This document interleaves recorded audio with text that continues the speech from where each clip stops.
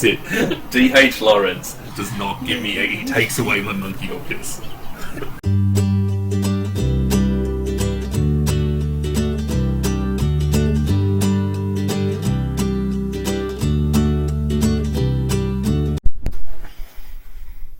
Hello, booktube. So, back in March, Margaret Pinard ran a readathon called March of the Moderns, and I just had other reading commitments and I wasn't able to get to it. I really, really wanted to join into that, but one of the problems with booktube is so many good things and so little time. I did read one book for it in the end, which I feel is a real token effort, but whatever. Anyway, so then as soon as I finished that, I was like, oh, didn't do good enough. Katie from Books and Things said that she's going to run a 1900s to 1950s readathon. And, like, they're technically different, but there's a big crossover. So I thought, great.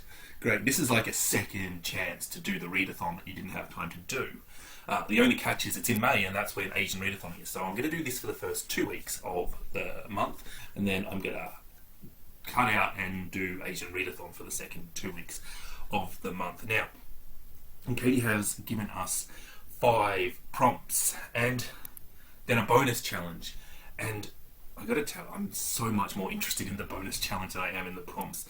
So the bonus challenge is to read a book from every decade in the period. And that's what I'm going to focus on doing. What books have I got on my TBR already that are waiting for me to read? What am I planning on reading for this readathon? There's some Shirley Jackson that I've got on my TBR and some D.H. Lawrence that I have been meaning to get to these books for ages, and this is just a perfect excuse to get to them. One of the prompts here is to read a genre fiction that you sort of like. I always think that when people say dystopian is genre fiction, they are probably pushing it just a little bit, but nonetheless, dystopian fiction just became a huge thing in this time period. So I'm going to read some of that, and I don't know what else. I think We is one of the books I will try and get to. I've got some Edith Wharton, I'll give that a shot. I think Clarice Lispector might have been in this period, so I might give that a shot. I'm just going to read a bunch of books that fit this, and then I'm going to check in and see how I'm going with the 1900s to with every decade, and then make sure I knock that on the head. And this is a time period that has so many good authors and so many absolutely horrible authors, and I think that you have to be really, really careful. There is one of the things I really hate in writing is like over-the-top misogyny, and then you have writers like Fitzgerald and Hemmingway who are prolific in this period that I want to avoid. But then you have writers like Steinbeck and Wodehouse who are completely different, but two authors that I absolutely love. So maybe I'll be able to get to an off-the-beaten-track Steinhouse or Wodebeck. Yeah, that's who I'll try and read. Wouldn't a collaboration between those two have been interesting? Yeah, I'm not saying it would have been good, but I definitely would have read it. Yeah, so I'll check in. I'm going to start. I've got a short story collection from Shirley Jackson. One of the prompts is to read something that's not a novel. I should actually go through the prompts and see if I've got them, should I? One of them is read a book published in your country in the time period, and we're just coming off Aussie April, and we've released a video about why we don't like Aussie literature as much as everybody else does, and I'm still not changing my mind on that. From a different country, well, if I'm not going to read Australian books, I'm going to definitely do that one. I've already talked about the genre fiction one. That isn't a novel, so I'm going to read a collection of short stories by Shirley Jackson and works relating to World War I or World War II. I don't know what there is in this time period relating to that I haven't read that's on my TBR. I don't actually know off the top of my head. I just need to do a bit of research on that one. Nothing is obvious, is what I'm saying, but I'm sure they are like the two big events of the time period. I should be able to manage that. Yeah, that shouldn't be too hard. Alright, I'm going to check in as I go. Be a bit of a vlog-style rap TBR combination weird thing, but I think it'll work. Alright, I'm about to start my day, but I realised I haven't given you an update for quite some time. So, let's quickly do that, shall we? I finished Shirley Jackson's The Lottery and Other Stories. Not a fan of short stories. Some very good short stories in this collection. Some very bad short stories in this collection. And ultimately, just probably too many short stories in this collection. The thing with a collection of short stories, I always think, is that if you're putting them together in a publication, that they probably need to connect in some way, and I don't feel like they were connected. But this was Shirley Jackson's first published work, I believe, and you can really see where Hill House and We've Always Lived in the Castle came from. Nella Larsen's Passing was the other book I read. Great discussion around racism, discussion about racism within the black community towards other people in the black community because of the various different types of black identities there are, like dark-skinned black people versus light-skinned black people, and different shades, which really is a continuation on from what is said in Passing. But also the thing that I thought was really interesting is the distrust within the black community that proximity towards the white community creates. But this book, the storyline didn't really work. So, and then the last thing I started was Sons and Lovers by D.H. Lawrence. I have a really interesting past with D.H. Lawrence. I find him to be almost amazing in every aspect of his writing, and that is really frustrating. It's like he's a B+ student and you need to fix everything to make him an A, but he would be so good if he could just fucking get it. So far though, that's a fucking amazing. He's created this wonderful relationship, and it's not wonderful, it's terrible, between an alcoholic man and a woman, and it's violent and horrible, and there's real hate going in it, and you can empathize with both characters, and it's so good. It's amazing, and I love it. It's very, very good. It's the sort of gritty stuff that I like. But this book is called Sons and Lovers, and we've just really been introduced to their son, and I'm like, oh, these are not the main characters of this book. I'm going to have to love these other characters that you're introducing now. So prepare to be disappointed, because D.H. Lawrence always does. It makes me think that this book is incredible, and then it falls flat. So ready to be disappointed by D.H. Lawrence. But at this stage, this is a really good book. It might be a little bit racist. It might be a little bit fatphobic. The eldest son has just brought home his new fiance, partner, wife, I'm not quite sure, fiance I think, and he calls her Gyp, which is short for gypsy, and she calls him Chubby. Alright, I'm going to give you a quick update on Sons and Lovers before I lose the sun today. Listening to the audiobook of Sons and Lovers while I'm working, while I'm driving, and this is kind of what I mean about D.H. Lawrence. He has this absolutely wonderfully toxic, really interesting, well done relationship between Walter and Gertrude, and he's developing the sons and not the parents, and it's like he doesn't realize what is good about his own book, because this is like, that is the relationship. Write more about that relationship. Cut out the sons. Write about that relationship. And then the storyline with William, that story arc is probably over now. And it doesn't add terribly much to the novel. And now we're dealing with Paul and a little bit with Arthur, and And I suspect that this is like, it's gonna like meander down to like whatever. But he had solid gold, and I don't understand why. Like, it's good. This is a great book, but why? Why, when you have gold, would you like put some bronze around it? Like it's good writing is about what you don't put in the book, not what about is, you know, just as much about what you don't put in the book as what you do. And I think that D.H. Lawrence doesn't get that bit, because he has this idea and he has not realized just how good that alcoholic father and that resilient mother and the emotions and like, it was just, it was good. And he's not that interested in it, and I'm like, give me more of that. That's what I want.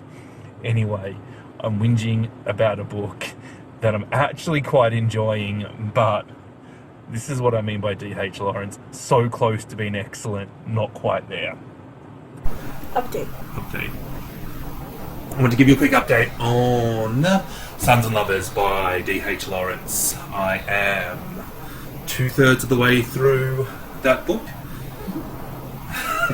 You're affirming me is correct. So I think it's a very bad title. I think that the word sons has too many S's in it for it to be correct. I think it should be son and mother. Like that old comedy, Mother and Son. Yeah. I loved that show. Yeah, that was hilarious. I bet it's aged badly. Probably. It's probably like super racist. No, I don't think it's racist. You think it's homophobic? Probably. Yes. Yeah. I think it's definitely homophobic. Yeah.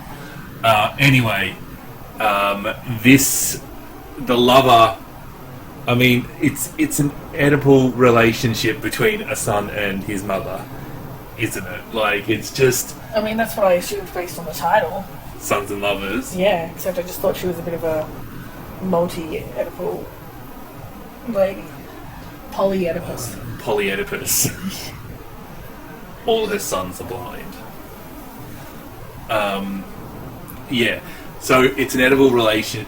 Edible relationship. An edible relationship.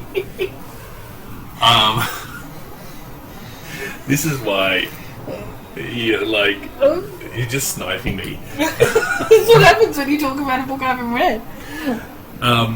Yeah, so one of the realizations I had, though, was at some point he's like, and Paul joined the socialist suffragette Unitarians, and I was like, oh, this is the author insert character. Why do you always do this, D.H. Lawrence? Why didn't you just call it David Herbert? Like, just make it easy for me to understand that.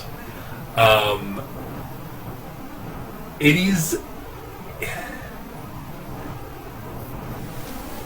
is getting interesting again, but there are these monkeys on this island, and scientists trained these monkeys to buy grapes with these gold coins, and two interesting things happened out of that. Firstly, because this is not at all relevant to the reason I'm bringing this up, but firstly, those monkeys ended up paying other monkeys for sex. So, yay prostitution, or boo prostitution. Animal Kingdom. Excellent. Yeah, it really is the world's oldest profession, predating our species. And secondly, these scientists had these stalls with grapes, and one scientist would sell 3 grapes for a coin, and the other scientist would sell 1 grape for a coin. And the monkeys would go to the scientist and sell 3 grapes, and the scientist would take a grape out and give them 2 grapes. And the scientist that was selling 1 grape would add a grape in and give them 2 grapes. Now, in theory, you would expect that the monkeys to go to each scientist equally. Because they're both giving you 2 grapes, they're just advertising them badly. Yes. Yeah. But in reality, the monkeys all go to the scientist selling 1 grape. Because it's, yay, bonus grape! Bonus Instead grape. of, boo, I lost a grape. And it's the theory of loss prevention. Loss aversion. Loss aversion. And D.H. Lawrence, you've given me a 5-star novel, and when I have taken it away, I'm counting them. I don't think there's 5 stars here. Oh, so you have Starless version. And it's actually a really good novel, but I hate you because you took away the star. I'm hoping in this last third, That it regains its star. Maybe you'll get an extra star. maybe Actually, 6 stars. could be a 6-star And book. then you'll have to give it all your coins and you'll have none left for monkey hookers. That was the point of this story, wasn't it? That's it. D.H. Lawrence does not give me. He takes away my monkey hookers. And that's your outtake for the start of this video. I think so. I finished D.H. Lawrence's Sons and Lovers last night, and I said at the start of this, like, D.H. Lawrence is nearly spectacular, and it frustrates me that he isn't. And yeah, the ending does tie it back to the beginning a little bit, and that's nice. The idea of marriage and ownership and sex and how that all... That's my word. How it does... That's interesting, but... He uses a lot of words to not say very much about that, and he goes on. And actually, he's got a solid gold book because he's a really good writer, and he's just not... It's frustrating. Character's brilliant. You know, he's focusing on the wrong bits. He's gone to Disneyland for the food. Like, what's he doing? I would love to know what everybody else's experience with David Herbert Lawrence is. I finished We by Yevgeny Zamyatin. So this is a book that is important because it influences Huxley and Orwell in their 2 big dystopian novels, 1984 and Brave New World, and it predates them, and it is really like the first dystopian novel of its type, and it's about a man whose name is a number. He's inventing something called the integral, and his relationship with a woman who I think was I-330 from memory, but could have had any collection of letters and numbers as her name. And it does have a lot in common with 1984. Some people say 1984 is a rewritten version of We. It would be rewritten quite a bit to, you know, like 1984 is an original work, but I can definitely see why that is said. There are definitely themes and stuff in it. This book was terrible.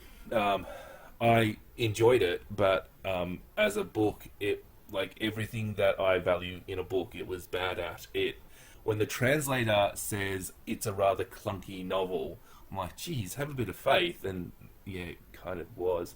There's just so many little things that they got wrong. This book is heavily based in maths and science. The society, the dystopian society, is heavily factual, and firstly, they sort of take the idea that you have an imagination as a bad thing, and then they base everything in maths. And as somebody who has a degree in maths and science, the idea that you don't need an imagination to excel in those subjects is wrong. I would say that Einstein had a fantastic imagination.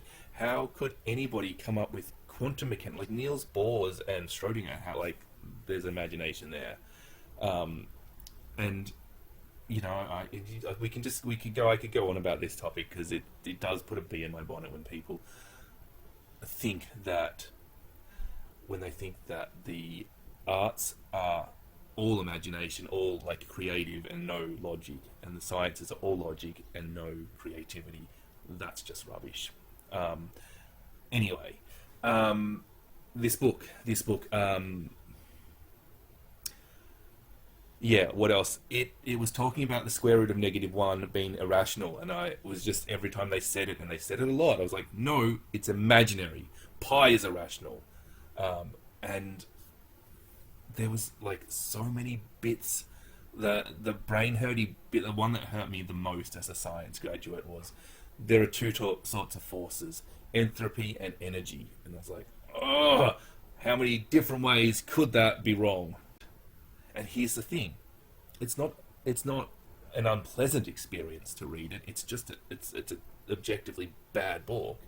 And what is fascinating about this book is that you can see the influence on Orwell, you can see the influence on Huxley, and that's really fascinating. And the influence that this book has far outweighs its quality.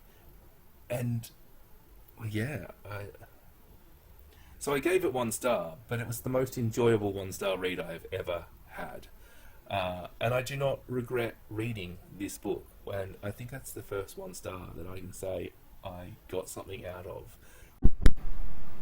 Alright, update of a 1900s to 1950s reading vlog. Pardon me. So, I started... I can see you mocking me this time. Sorry, I'll stop. You'll stop. I started Thomas Mann, The Magic Mountain today. I started an audiobook and I have DNF'd it. I've DNF'd it for two really simple reasons. One, it's using like all this symbolism and stuff, and I really just... I need to like sit down with a physical copy and a pencil and like circle words and have like a board with string attached to it, and you know... You need to hunt it like a serial killer. Yeah, that's it. I need to find the serial killer in the Magic Mountain. So it was, it's probably brilliant, but it was not something that I was able to consume on audio, and so I've DNF'd that book, maybe with the intention of reading it later on, but not for this readathon. The other reason I DNF'd that book is, to date, the most interesting thing to happen was that he had asparagus soup and stuffed tomatoes for a meal, which I've forgotten. And I'm going to say, as far as plots are concerned, that's probably not the most ambitious one. So, DNF that one. But that allowed me to start a book, and I really wish that I had have filmed my reactions to this book. It's Chrome Yellow by Aldous Huxley. Huxley, of course, wrote Brave New World, and I was kind of expecting some sort of critique of society. I knew that this was pre-Brave New World, and yeah, I was expecting like a societal critique, and what I have got so far is something akin to like maybe Evil and War, but really one of the most unique novels I've ever read. It's a comedy based in this town called Crome, and the characters are arguing about the aristocracy and how we need to keep a section of society down in order that somebody will be happy and experience a good life. And then they're analysing the aftermath of World War One with that in mind. But it's definitely a comedy, and the satire is like so... It's like gone past satire and back into realism. It's so absolutely bizarre, and one of the strangest books I've ever read. And for the first half of this book, I was sort of like going, what is happening? What's going on? And then I stopped reading, and I just sat and I thought for a bit, and I'm like, oh, you've got a character called Hercules, and you've got a character called Ivar, and why would you pick those names for characters? Like, they're weird names. And then I realised that it's all there for a reason, and then I sort of start to put two and two together and realise that this is actually a scathing attack on the aristocracy and their treatment of soldiers during World War One, set up in this like Wodehouseian comedy setting of like of a town where all these rich riders are meeting and chasing women. Like, it's just the most bizarrely strange book I've ever read, and it may just be one of the most brilliant books I've ever read. I have to see how it finishes, but real potential here, and a real swing. Like, this book was so bad until it suddenly clicked, and then it was so good. So one of those ones that just suddenly complete 180 on it. And this is fulfilling the prompt that about reading a book about one of the wars, because this is definitely about World War One. Yeah. Also, one of the characters is called Ferdinand, or Fernando, which is clearly a reference to Franz Ferdinand. So, lots of stuff going on in this book, and definitely a lot going over my head. So, one of those ones that I'll be able to reread Lots. Yeah, that word. Yeah. Alright, I'll keep you posted. Clarice Lispector, Near to the Wild Heart. And there is something about Clarice Lispector's prose that doesn't work for me. And instead of torturing myself through it and going, I hate this book, 1 star, I decided to DNF it. It's probably not a bad book, but don't like her prose. And on the DNF train, and with rather similar prose, I must say, The Age of Innocence by Edith Wharton. I have read an Edith Wharton before, and I didn't hate it, but I just did not have the patience for this, so I DNF'd it. But I did read 2 more books, but it's not going to get too much better. The Iron Heel by Jack London is the original dystopian novel. I think it was written in 1908, so it predates which I read for this readathon too, and obviously predates Huxley and Orwell. And it's the story of essentially a communist group that was gaining too much popularity, and then the right-wing fascist regime's response to the communist socialist group, and the system that they put under the government. So the Iron Heel was a right-wing government responding to left-wing insurgents. I don't know. Anyway, that was an interesting novel to read, but it wasn't a very good novel to read. And yeah, that's the same Jack London that wrote about dogs who wrote this book. It's definitely one of those books. It's way more interesting for its role than its writing. And then lastly, I needed a novel from the 1930s to complete the 1 book from each decade challenge. And the trouble with the 1930s is I either have read everything in it that I'm interested in, or I'm not interested in reading the book. So I have to dig a little bit deeper to find something a little bit interesting. And I had this complaint to Nell, and she said there's a novel called Nightwood by Djuna. It's an LGBT book. And I read that book, and it had prose kind of like Clarice Lispector's, and I didn't like it. It really is this style that I didn't like. Incredibly descriptive writing that doesn't actually add a lot to the plot or to the characters. Like, it's descriptive in the wrong places. I don't know. I don't know, but I could see some of what Barnes was doing, and that was actually really good. But as a whole, I didn't enjoy this.